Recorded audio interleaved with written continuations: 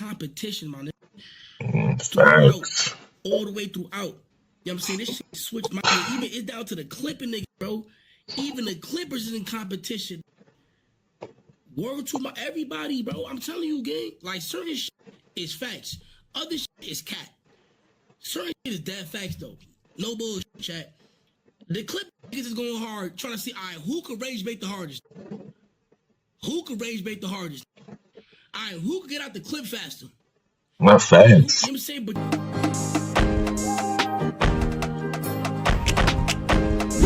Alright, chat. Another reacts. Fanum explains why streaming is fucked right now. Let's see what's happening. Let's see what Fanum's saying, man. Like, you know, tap into streaming tool chat. So let's see if do we make it? Or is we fun?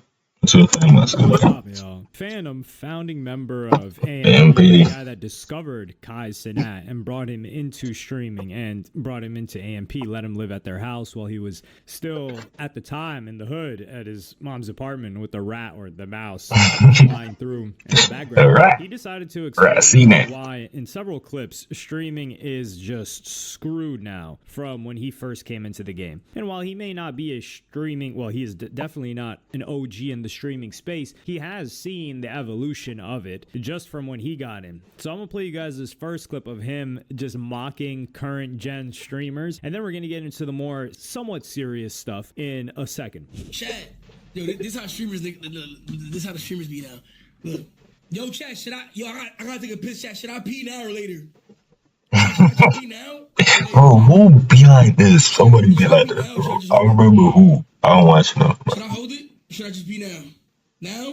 Alright, bet. Bro, no wait. That'll keep me speed, bro.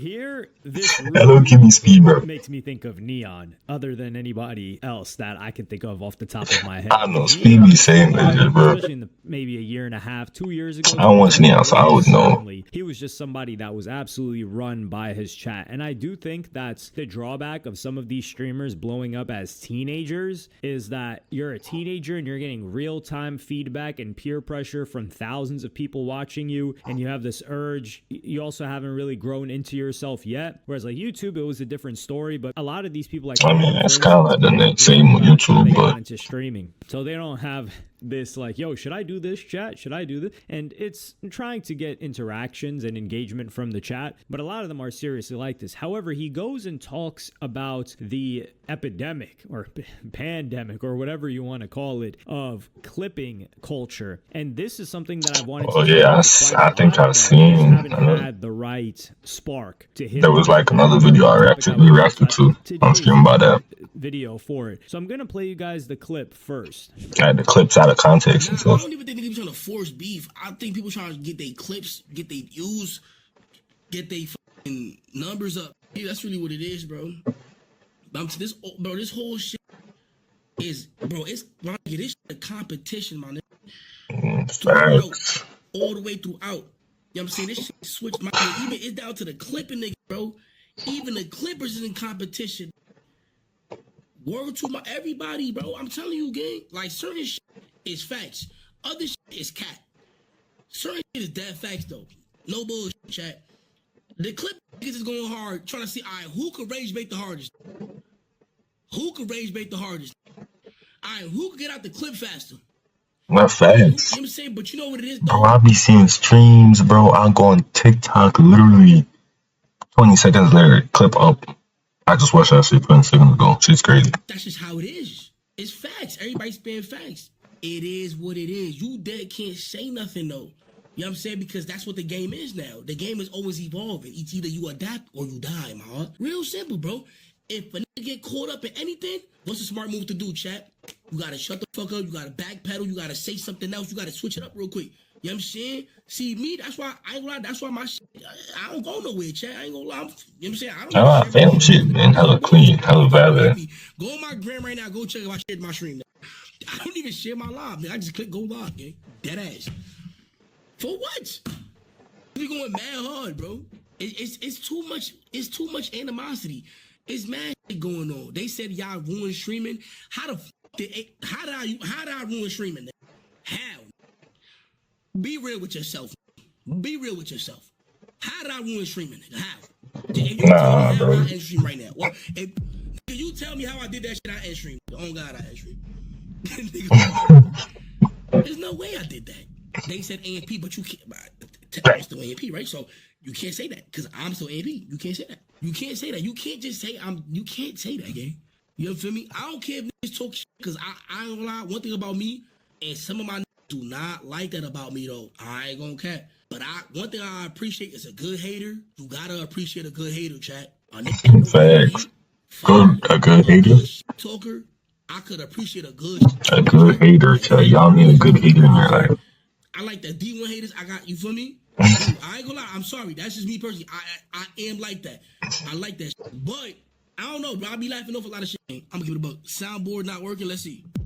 I'm going to break down a little bit of history here. So clipping goes back very, very far. Yeah, You bro. can go back Rage was like the OG Clipper, on right? YouTube, but if we're going to talk specifically on short form content clipping, in particular for streamers or influencers, Andrew Tate was that guy for it. What Andrew Tate did was he had this group of people in like Hustlers University or whatever, and he said, hey, you guys can make money by clipping my stuff on TikTok. And you guys clip my stuff, he gave them all of the materials, all of the interviews, etc., and they would start clipping it up, and a lot of his stuff was talking about, oh, this is how you make money, this is how you make money, and then they would have a link which would give them a commission on everything that was sold. So the incentive here was the money that they were going to gain via product being sold, and they had already bought the product as well. So that's where that came from. After that, Sneako was the first one to follow up on this. And what Sneako did was he already had a big audience that really just messed with him for him. And he started streaming, and then he just started encouraging people to clip stuff and saying that they would make money. And I think they were making money from like the TikTok creativity program. So he was like, yo, you're gonna get views. And he was just TikTok crazy. Tate's Hold like talking TikTok points, saying creativity was crazy back stuff then. at the time. Was He there was back blowing then? up. So people were doing this for Sneako. They were making some money. What was this, like 2023? Just like clouding up off of it and getting their pages to a Chat. certain amount of follower accounts. So that's how that would be the first two. Then it opened the floodgates. A lot of other people started doing it, but Sneako's editor at the time, Musa,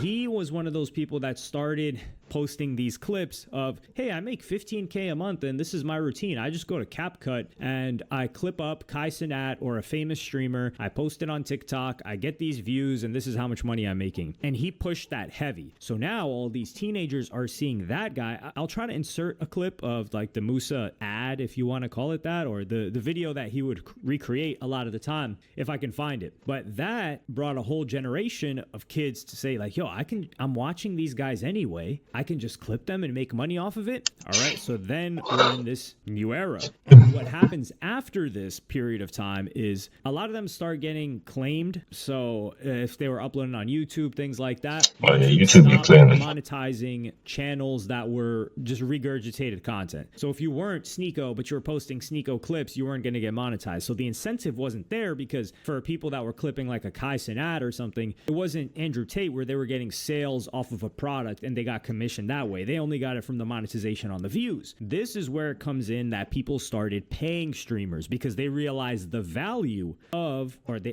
streamers started paying clippers because they realized the value of a clipper. Because if a clipper can take good clips from their stuff, or many clippers, an army of them, then they can spread it everywhere and they will in turn be more famous, more popular, and people will transfer to their streams. Some people did this on their own, like Jinxie, for example. He was a streamer that just clipped up his own stuff on his own page and he grew that way. And then clippers started doing it for him, but I don't think he paid. But certain individuals, I'm not going to put the names out there, they started to create like clipping services or discords where they would charge people and be like, hey, for this amount of money, or we'll pay you for this amount of views that you get as a clipper. Neon was one of the first people to do this. Aiden Ross, he used to buy these clipping pages or these streamer pages and say like, yo, you're just posting Aiden Ross stuff now. So now we're in this new era. And then the era gets even crazier because now it's not that it's saturated, but more people are recognizing the opportunity of clipping. What happens? Yeah, that shit kind of gambling companies get getting OC.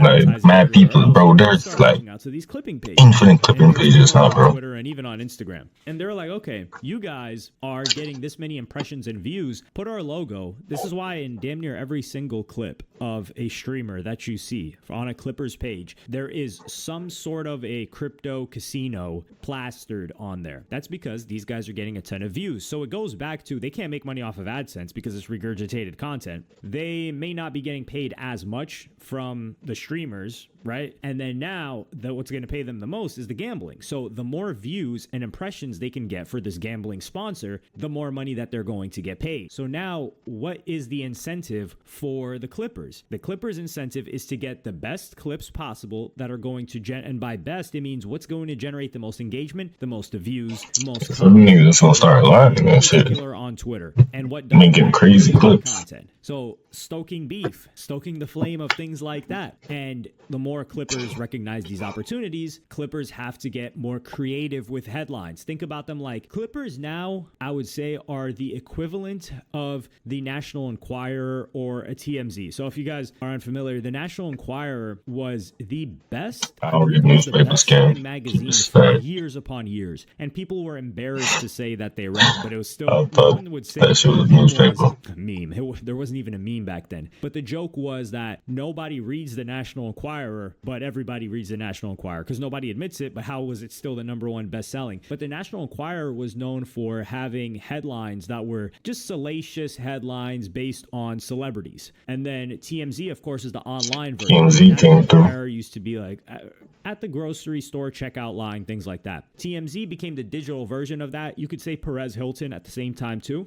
And a lot of people, they just watched TMZ for many, many years. And like, yo, TMZ's TMZ's still here. And yeah, now the modern day celebrity really for the kids is not so much a TV star or a movie star or maybe even a singer. It's YouTubers and streamers, content creator or a YouTuber. And these Clippers are the TMZ of that. So they're creating the salacious headlines, except they're getting paid from, instead of advertisers, these gambling sponsors. And now they're incentivized to create crazy headlines, and they're probably getting paid as well by streamers. So they're making money from many different angles. They're making money from upcoming streamers that want to get paid to get posted on their page. They're making money by piggybacking off of the popularity of the big streamers. I can't wait to get a clip of chat. I clip all my own shit. And you're rough out here, chat. We got the bread for that. We in the trenches. It's crazy because streamers were competing, right, for viewership, and now Clippers are. Why some of y'all in the chat can't clip my shit up? Man, clip my shit up. Take us to the moon, man. Take us to the moon. Amongst each other because they each have like a gambling sponsor, and they just want to be known as the best Clipper. Because if they're the best Clipper, then everyone's just gonna go watch them.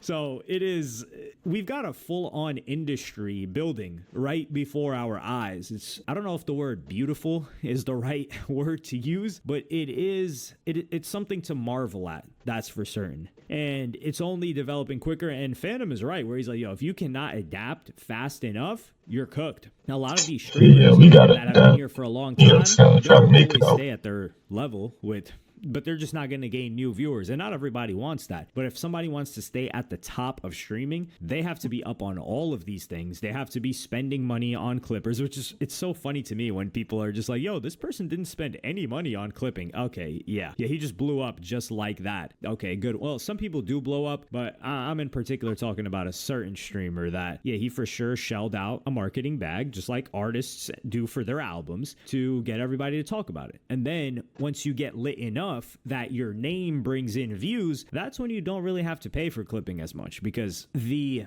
reward shifts. So they're getting more reward talking about you than you are getting from paying them to talk about you.